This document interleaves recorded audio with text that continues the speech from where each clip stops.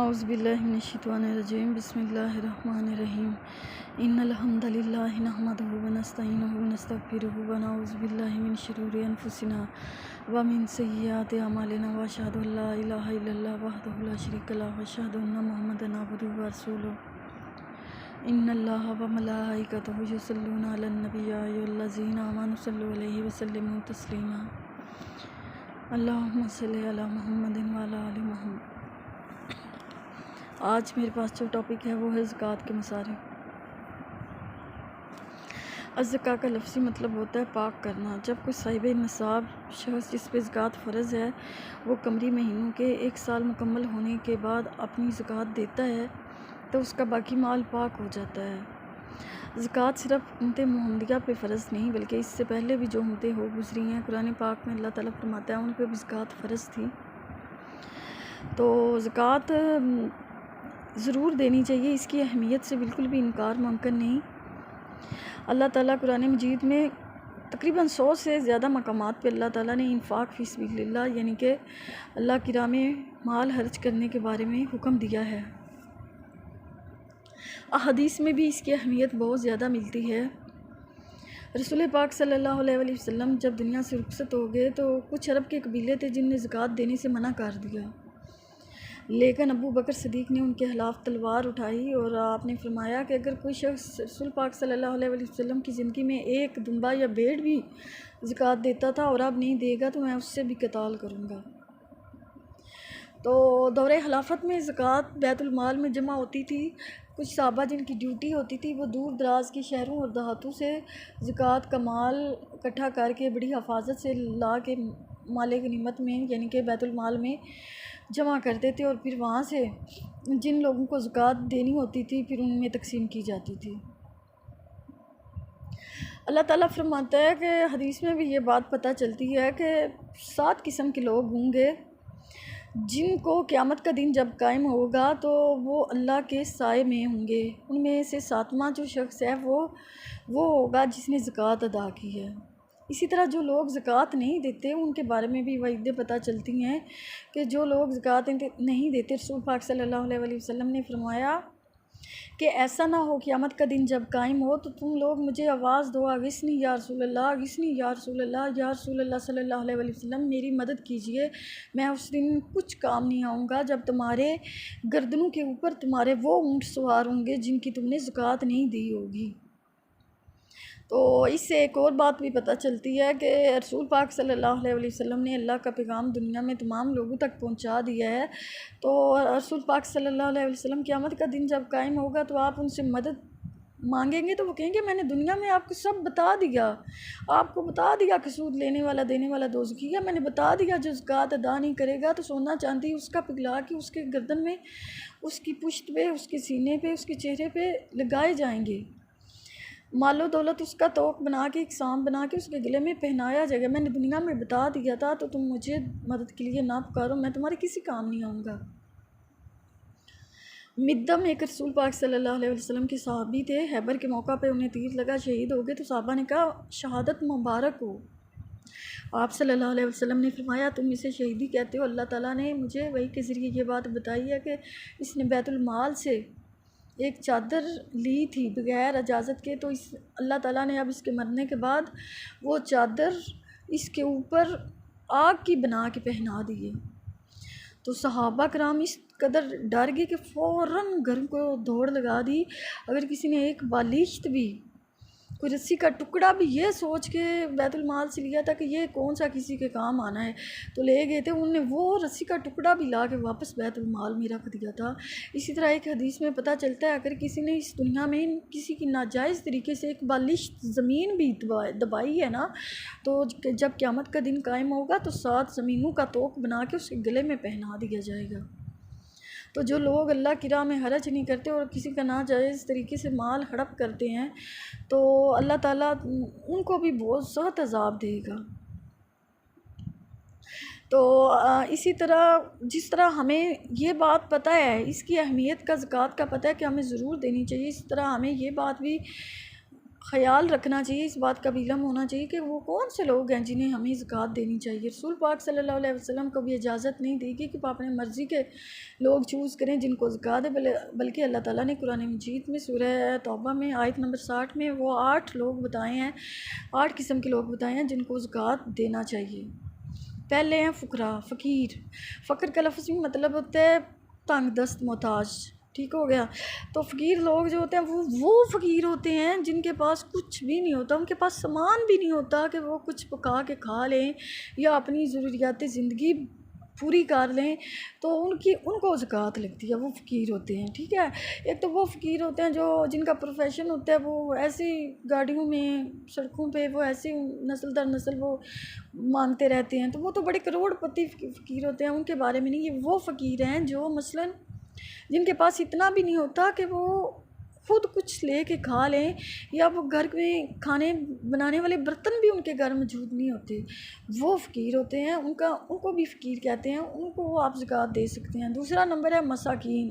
ये मस्कीन की जमा है। अच्छा, मस्कीन वो लोग होते हैं जिनके पास ज़रूरत के बर्तन होते हैं, ज़रूरत की चीज़ें होती हैं, लेकिन फिर भी वो अपनी ज़िंदगी नहीं गुजार सकते, फिर भी वो 2 टाइम का खाना नहीं खा सकते, लेकिन वो सेल्फ़ रिस्पेक्टेड लोग होते हैं, वो सवाल करना किसी से पसंद नहीं करते, तो वो मसाकीन लोग होते हैं, उनको मस्कीन कहते हैं। आप उनको भी ज़कात दे सकते हैं, उनको भी ज़कात देने का हुक्म है। उसमें मैं फ़ॉर एग्ज़ाम्पल आपको बताती हूँ, जैसे कोई बेवा होगी, उसके छोटे-छोटे बच्चे हैं, अब उसके घर सामान तो मौजूद है, लेकिन वो उसके पास पैसे नहीं हैं, वो कैसे खाने का राशन लेके आएगी, वो कैसे खाना बनाएगी, तो वो किसी के सामने सवाल भी नहीं करती, तो आप उसको भी ज़कात दे सकते हैं।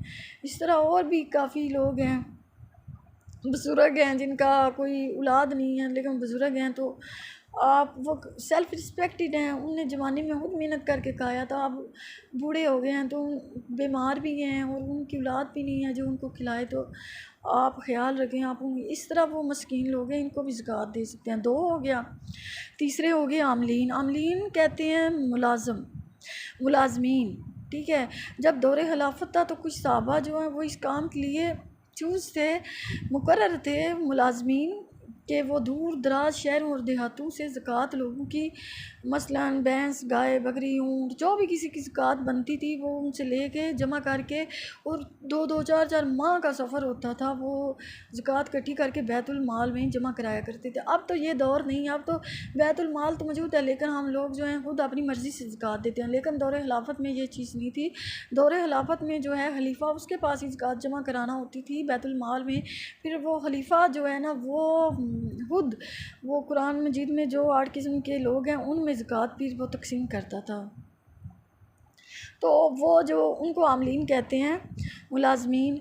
तो एक सहाबी थे जिन्होंने दौरे खिलाफत में, उमर के दौरे खिलाफत में उनने दूर दराज के शहर देहातों से जो है माल इकट्ठा किया ज़कात का और बैतुल माल में जमा कराया, तो ये जो आमलीन मुलाज़मीन होते हैं ना, इनकी तनख़्वाहें भी होती हैं ज़कात के माल से ना, आप इनको तनख़्वाहें भी दे सकते हैं क्योंकि इन्हें अपना घर भी तो चलाना होता है, तो वो ज़कात में से तनख़्वाह भी ले सकते हैं। तो उन सहाबी ने हज़रत उमर से तनख़्वाह लेने से इनकार कर दिया, उन्होंने कहा नहीं, आप ये भी गरीबों में तकसीम कर दें। तो हज़रत उमर ने कहा नहीं, मैं भी ऐसे ही करता था तुम्हारी तरह, तो रसूल पाक सल्लल्लाहु अलैहि वसल्लम ने मुझे मना किया था। उन्होंने कहा था कि आप ये जो तनख़्वाह है अपने हाथ में लें, जब आप मालिक हो जाएंगे तो आप फिर खुद भी खा सकते हैं, सदका भी कर सकते हैं, यानी कि अगर आप नहीं भी अपने पास रखना चाहते तो आप अपने हाथ से सदका करें, लेकिन आप मना मत करें, आप ले लें। तो मुलाज़मीन भी मुकर्रर थे, अब तो मुलाज़मीन मुकर्रर नहीं हैं। वैसे ही गवर्नमेंट टैक्सेस वगैरह लगा के, तो हर चीज़ पे टैक्सेस होते हैं, तो वो माल दौलत जमा कर लेते हैं बैतुल माल में। बैतुल माल तो है लेकिन वो सिस्टम मौजूद नहीं है।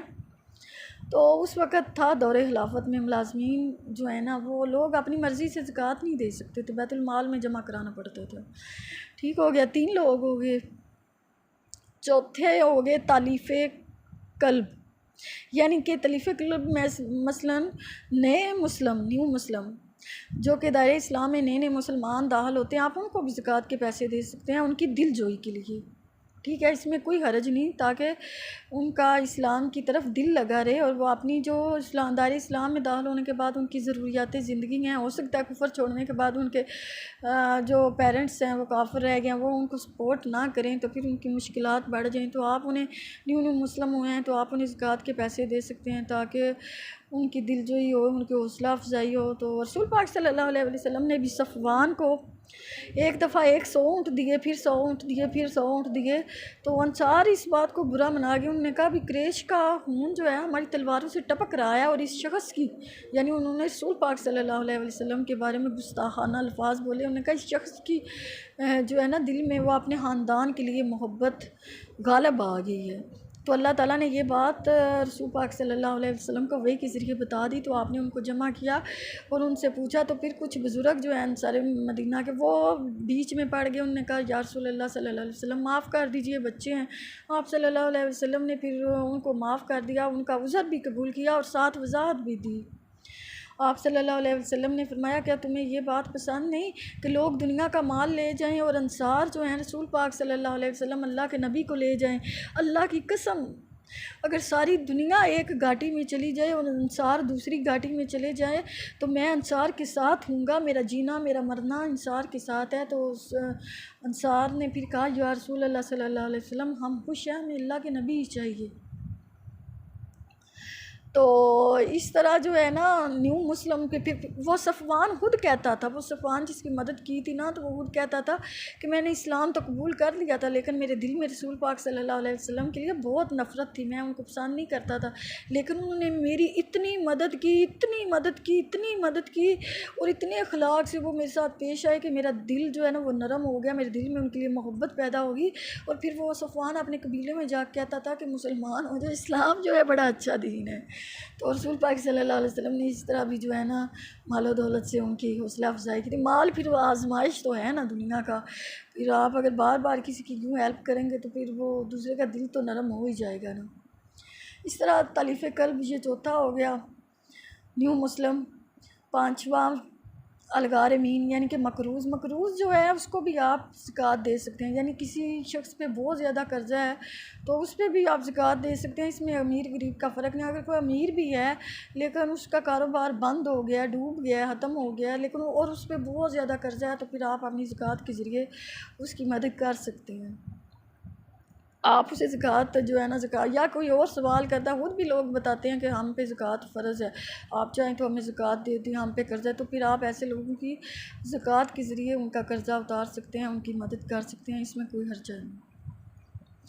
या यूँ समझ लें अगर किसी से नाजायज़ कत्ल हो गया हो तो उसके बदले में अगर दियत देनी हो तो फिर आप ज़कात के पैसे से वो भी जो है ना कत्ल हो गया उसके बदले में भी आप पैसे दे सकते हैं ज़कात के, इसमें कोई हर्ज नहीं। इसके अलावा गर्मीन भी हो गया। और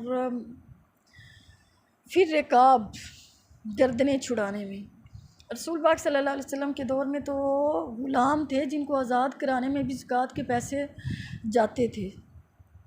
यानी ज़कात के पैसों से आप ग़ुलाम भी आज़ाद करा सकते हैं। तो आप तो ग़ुलाम नहीं हैं, लेकिन दूर दराज देहात में जो लोग ज़मींदारा करते हैं, मेरी जनरल नॉलेज के मुताबिक उनने कुछ लोग ऐसे रखे होते हैं अपने साथ, यानी कि वो गरीब लोग होते हैं, बिल्कुल गरीब, इतने वो अपनी फैमिलीज़ के साथ रहते हैं, उनके पास सर छुपाने के लिए एक कमरा भी नहीं होता। तो वो जिनकी ज़मीनें होती हैं ज़्यादा, फिर वो ज़मीनों पे कहीं कोने में एक कमरा बना लेते हैं और फिर उन्हीं के काम करते हैं। फिर ज़रूरियात ज़िंदगी गुजारने के लिए कोई बीमार हो गया या कोई और मसला आ गया, कोई शादी हो गई, कोई फौत हो गया, तो फिर उन्हें पैसे भी चाहिए होते हैं। तो फिर वो जिनकी ज़मीनों पे होते हैं उनसे पैसे लेते रहते हैं, लाख लाख लाख, फिर वो 5-6 लाख 10 लाख इतना हो जाता है। तो फिर वो लोग कहीं और जा भी नहीं सकते, वो अपनी मर्ज़ी से ज़िंदगी गुजार भी नहीं सकते, वो उनके पाबंद हो जाते हैं। वो बस उन्हीं के काम करते हैं जब तक कि उनका कर्ज़ा ना उतर सके। और उनकी पसली इतनी इजाज़त भी नहीं दे सकती वो 8-10 लाख जमा करें, क्योंकि बामुश्किल फिर वो जो उनके साथ ज़मींदारा करते हैं उनके भैंसों को वो चराते वगैरह हैं, तो उनके घर के काम काज भी करते हैं, तो वो इतने पैसे नहीं रखते कि वो अपना कर्ज़ा उतार सकें। तो आप चाहें तो ज़कात के पैसे से ऐसे लोगों को भी आज़ाद करा सकते हैं। ये ग़ुलाम तो नहीं होते, लेकिन वो बेचारे कहीं अपनी मर्ज़ी से और कोई अच्छा काम भी मिले, मेहनत मजदूरी भी नहीं कर सकते, क्योंकि फिर वो उनके अपने मजबूरियाँ होती हैं, फिर वो उन्होंने इतने पैसे लिए होते हैं तो वो बस उन्होंने सुबह से शाम तक उन्हीं के साथ ही काम करते हैं। तो ये ऐसे मकामात पे ऐसे लोगों पे भी आप ज़कात के पैसे खर्च करके उन्हें भी आज़ाद करा सकते हैं। फिर रिकाब में कितने लोग हो गए? फ़ुकरा, मसाकीन, आमलीन 3 और वलगारमीन 4, तालीफ़ कल 5, फिर रिकाब 6। ठीक है, पीछे 2 रह गए। फ़ी सबिलिल्लाह 7वां फ़ी सबिलिल्लाह अल्लाह की राह में। तो अल्लाह की राह में भी आप ज़कात के पैसे दे सकते हैं। इसमें जहाद वगैरह भी आता है, अगर कोई जहाद पे जा रहा है तो आप अपने पैसों से असला वगैरह भी ख़रीद के दे सकते हैं ज़कात के पैसों से, या जंग के में अगर किसी चीज़ की ज़रूरत है तो मुजाहिदीन को। तो इस तरह भी आप फ़ी सबिलिल्लाह मसलन जैसे फ़लस्तीन में इतने ख़राब हालात हैं तो वहाँ भी आप लोगों की मदद कर सकते हैं ज़कात के पैसों से, क्योंकि जंगी हालात वहाँ जा रहे हैं। और जो मुजाहिदीन उधर अगर कोई जाएँ तो आप उनको भी असला वगैरह लेके दे सकते हैं। तो इस तरह फ़ी सबिलिल्लाह की बहुत बड़ी जो है ना कैटेगरी में बहुत ज़्यादा लोग आते हैं। आप दीनी मदारस हैं उनको भी आप फ़ी सबिलिल्लाह में दे सकते हैं। इस तरह अहले इल्म लोग जो है ना मतलब उन पर भी आप पैसे लगा सकते हैं। अगर कोई मिसाल के तौर पे कहता है कि मैंने दीनी तालीम हासिल किया और मुझे एक HD कैमरा चाहिए वीडियोस बनाने के लिए, तो वो दीन की खिदमत करना चाहता है तो उसको भी आप ज़कात के पैसे से कैमरा खरीद के दे सकते हैं। इसके अलावा आप मस्जिद भी बनवा सकते हैं, लेकिन मस्जिद बनवाने में ना उम्मत का इख्तलाफ है, इजमा नहीं है। लेकिन ये भी एक कोई ज़कात की दौलत जो है हराम तो नहीं होती, ना ही नापाक होती है, तो आप ख़रीद सकते हैं, बना सकते हैं, हरज नहीं। लेकिन इस पर इख्तलाफ है, लेकिन दीनी मदारस पे उम्मत का इजमा है, आप वहाँ पे माल दौलत खर्च कर सकते हैं। इसके अलावा और भी अगर आप फ़ी सबिलिल्लाह में अगर आप चाहें तो कुआँ भी खुदवा से। अब तो कुएँ का रिवाज भी नहीं है, हम जिस दौर में हैं कुएँ का बिल्कुल भी रिवाज नहीं है। लेकिन एक चीज़ है, पानी साफ़ नहीं मिलता, साफ़ पानी का बहुत प्रॉब्लम है। तो घरों में लोगों को जो है दूर दराज से पानी भर के लाना पड़ता है। तो आप अपने इलाके में चौक में टैप्स वगैरह टूटियाँ लगवा के तो फ़िल्टर लगवा सकते हैं, वो बड़े वाला बड़ा महंगा होता है। वो पानी साफ़ करने वाला बड़ी टैंकी रखवा सकते हैं कि वहाँ आपके इलाके के लोग जाके आप फ़ी सबिलिल्लाह वो कर सकते हैं, लोग साफ़ सुथरा पानी पिएँ। ये भी कुएँ वाली चीज़, कुआँ तो नहीं कर सकते, ये हो सकता है कि आपकी वजह से लोग साफ़ सुथरा पानी पिएँ। या अपने घर के बाहर एक आप टूटी लगा दें पंप, तो फ़िल्टर अपने घर में लगवा दें कि साफ़ सुथरा पानी भी बाहर से लोग आपके होता है घर के दरवाजे के बाहर लगी होती हैं टूटियाँ वगैरह, तो लोग पानी में तो साफ़ सुथरा पानी वहाँ से भी लेके जाए, ये भी आप कर सकते हैं। और भी बहुत कुछ है जो फ़ी सबिलिल्लाह में हो सकता है। और 8वें नंबर में है मुसाफ़िर को भी ज़कात आप लगा सकते हैं। मुसाफ़िर को भी ज़कात है, चाहे वो अमीर हो गरीब, जब वो मुसाफ़िर है तो घर में उसके माल दौलत पड़ा हुआ है ना।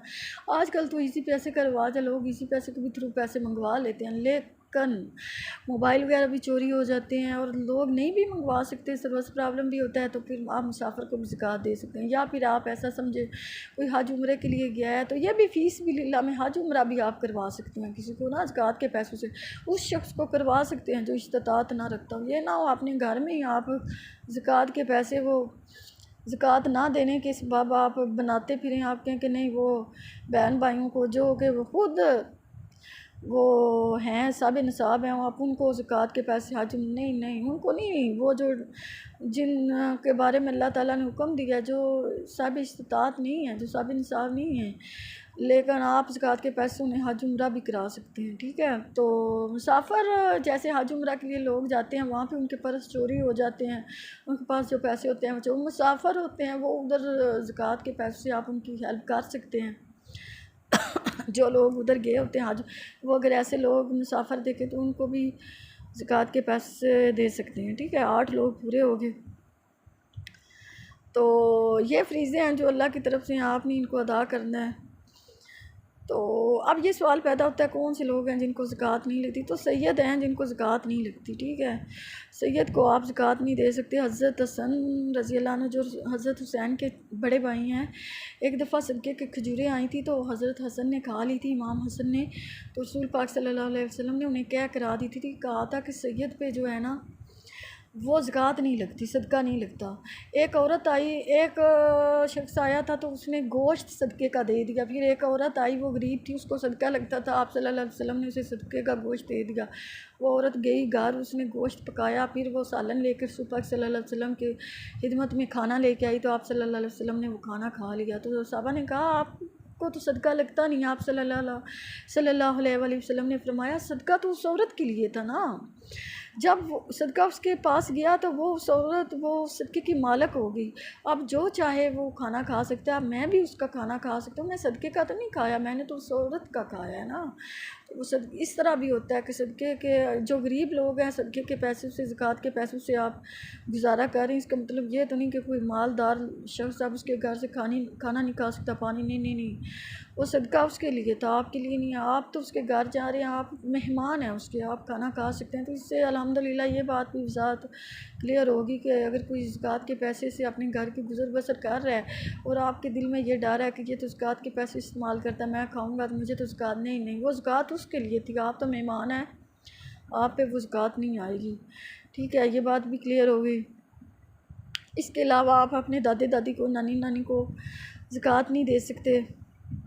ठीक है, अपने माँ बाप को ज़कात नहीं दे सकते। हाँ, अलबत्ता अपने बहन भाई जो कि साहिब इंसाफ नहीं है, अपने रिश्तेदार, उनको ज़कात दे सकते हैं। हाँ, ये भी इधर मसला है कि जो रिश्तेदार कहें कि नहीं नहीं हमें ज़कात नहीं चाहिए, हमें ज़कात नहीं लगती, तो आप फिर उन्हें ज़कात ना दें। अगर आप ये अमल करेंगे तो फिर वो आपकी सूद में जाएगा। ठीक है, तो जो जिनको लगती है खुद वो बता देते हैं, और बार बार किसी को ये पूछना भी नहीं चाहिए कि आपको ज़कात लगती है, आपको ज़कात लगती है।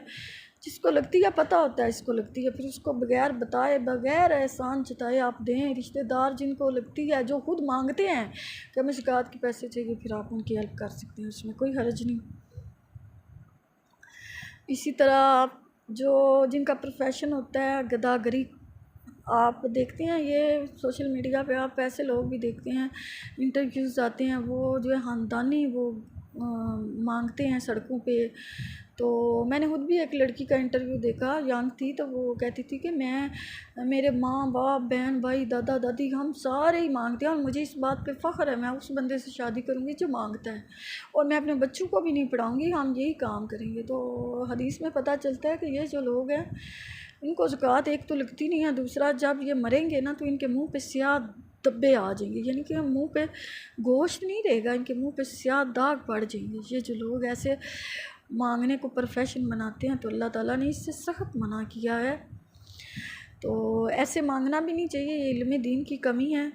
अगर आपको ज़कात नहीं लगती तो आपको बिल्कुल भी मांगना चाहिए। एक गरीब अंसारी था, रसूल पाक सल्लल्लाहु अलैहि वसल्लम की खिदमत में हाज़िर हुआ, तो उसने कहा, या रसूलल्लाह सल्लल्लाहु अलैहि वसल्लम मेरी मदद कीजिए, मेरे पास कुछ भी नहीं है खाने के लिए। आप सल्लल्लाहु अलैहि वसल्लम ने फरमाया, तुम्हारे पास क्या है तुम्हारे घर में? उसने कहा, एक टाट है जिस पे मैं सोता हूँ, एक प्याला है, बस। देखें, ये होती है गुर्बत, ये गुर्बत होती है। आज देखें लोगों के घर सामान से भरे भरे हैं, हर ज़रूरत की चीज़, और कह रहे होते हैं हमें ज़कात दें, हमें ज़कात दें। तो साबी के पास ये दो चीज़ें थी, रसूल पाक सल्लल्लाहु अलैहि वसल्लम की खिदमत में हाज़िर हुआ, कहा मेरी मदद कीजिए। आप सल्लल्लाहु अलैहि वसल्लम ने फरमाया, जाओ वो अपने घर से प्याला और टाट ले आओ। आप सल्लल्लाहु अलैहि वसल्लम ने उसे कहा, वो साहबी जब अपने घर से प्याला ले आया और टाट, आप सल्लल्लाहु अलैहि वसल्लम ने साहबा से फरमाया, कौन ये ख़रीदेगा? तो एक साहबी ने कहा, मैं ख़रीदूँगा, एक मैं दिरहम दूँगा। आप सल्लल्लाहु अलैहि वसल्लम ने फरमाया, कोई और? फिर एक साहबी बोला, तो उसने कहा, मैं 2 दिरहम दूँगा।